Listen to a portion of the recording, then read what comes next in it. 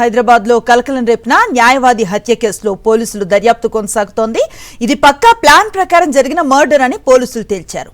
నిందితుల కోసం 4 బృందాలుగా గాలిస్తున్నారు. Morning walk కు వెళుతూ ఉండగా న్యాయవాది ఖాజా మొయిజుద్దీన్ ను కారుతో బలంగా ఢీకొట్టారు నిందితులు. ఆసుపత్రికి తరలిస్తూ ఉండగా మార్గ మధ్యలో మొయిజుద్దీన్ ప్రాణాలను కోల్పోయారు. తన తండ్రి హత్యపై న్యాయవాది కొడుకు సంచలన ఆరోపణలు చేశాడు. కాంగ్రెస్ నేత ఆలం ఖాన్ ముజాహిద్ వల్లే తన తండ్రి చనిపోయారని ఆరోపించారు. అటు మొయిజుద్దీన్ హత్యను హైకోర్టు బార్ అసోసియేషన్ తీవ్రంగా ఖండించింది. నిందితులను కఠినంగా శిక్షించాలని డిమాండ్ చేసింది. న్యాయవాది హత్యకు సంబంధించి పూర్తి డీటెయిల్స్ అందిస్తారు మా ప్రతినిధి రవిచంద్ర.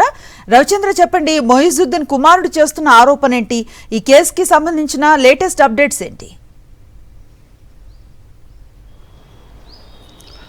అనుశ్రీ 24 గంటలైంది అడ్వకేట్ ఖాజా మొయిజుద్దీన్ని హత్య జరిగి. ముందుగా పోలీసులు నిన్న ఇదే సమయానికి ఈ పార్టీకే హాస్పిటల్లో ఖాజా మొయిజుద్దీన్ ట్రీట్మెంట్ తీసుకుంటున్నారు. అయితే మొయిజుద్దీన్ ప్రతిరోజు వెళ్ళినట్టుగానే వాకింగ్ కోసం వెళ్తున్నారు. వాకింగ్ వెళ్తున్నట్టు సమయంలో పక్కా స్కెచ్తో అంతకుముందే రెక్కి నిర్వహించి ఈ మర్డర్కు ప్లాన్ చేసినట్టు కూడా పోలీసులు అనుమానం వ్యక్తం చేస్తున్నారు. అయితే ముందుగా హిట్ అండ్ రన్ కేసు అనుకున్నారు. ముందుగా గుద్దేసి వెళ్ళిపోయారు అని అనుకున్నారు. నెంబర్ ప్లేట్ లేని వాహనంతో అతి వేగంగా అతి బలంగా మొయిజుద్దీన్ని హిట్ చేయడంతో ఆయన 100 అడుగుల దూరంలో పడిపోయారు. ఆ తర్వాత హాస్పిటల్కి తరలించిన తర్వాత చికిత్స పొందుతూ ఖాజా మొయిజుద్దీన్ మరణించారు. అయితే ఖాజా మొయిజుద్దీన్ మరణం తర్వాత వాళ్ళ కుమారుడు ఫర్హాన్ కూడా చాలా సంచలన విషయాలు వ్యక్తం చేశారు. అయితే అందులో ముఖ్యంగా మహబూబ్ ఆలం ఖాన్, దాంతో మొజిబుద్ ఆలం ఖాన్ వీళ్ళిద్దరు ఆ ప్రమేయం ఉన్నట్టు కూడా ఆయన అనుమానం వ్యక్తం చేశారు. గతంలో వక్ఫ్ భూములకు సంబంధించి ఖాజా మొయినుద్దీన్ కోర్టులలో కేసులు వేసేసి కాపాడేట్టుగా ప్రయత్నం చేశారు.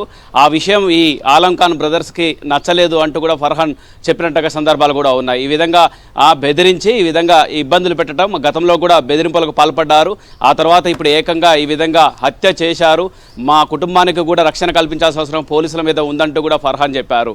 ఏది ఏమైనప్పటికీ 24 గంటలు అవుతుంది. 4 బృందాలుగా విడిపోయినట్టుగా పోలీసులు ఇప్పటివరకు ఎలాంటి ఆచూకీ లభ్యం కాలేదు. అసలు ఇందులో ఎవరు చేశారో, అందులో ఆ వాహనంలో అంటే ఖాజా మొయిజుద్దీన్ని హిట్ చేసినట్టు విధంగా ఆ వాహనం ఎవరిది ఏందనేది కూడా ఇప్పటివరకు ట్రేస్ అవుట్ చేయలేదు. అందులో ఎంతమంది ఉన్నారు, ఎవరు ప్లాన్ చేశారన్న కోణంలో కూడా పోలీసులు దర్యాప్తు చేస్తున్నారు.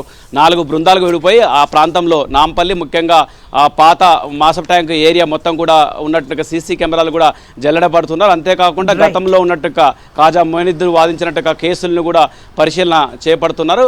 ఈ విధంగా ఓ పక్క పోలీసులు విచారణ చేపడుతున్నారు. కుటుంబ సభ్యులు ఆందోళన వ్యక్తం చేస్తున్నారు. Anusri. Right, thank you Ravichandra.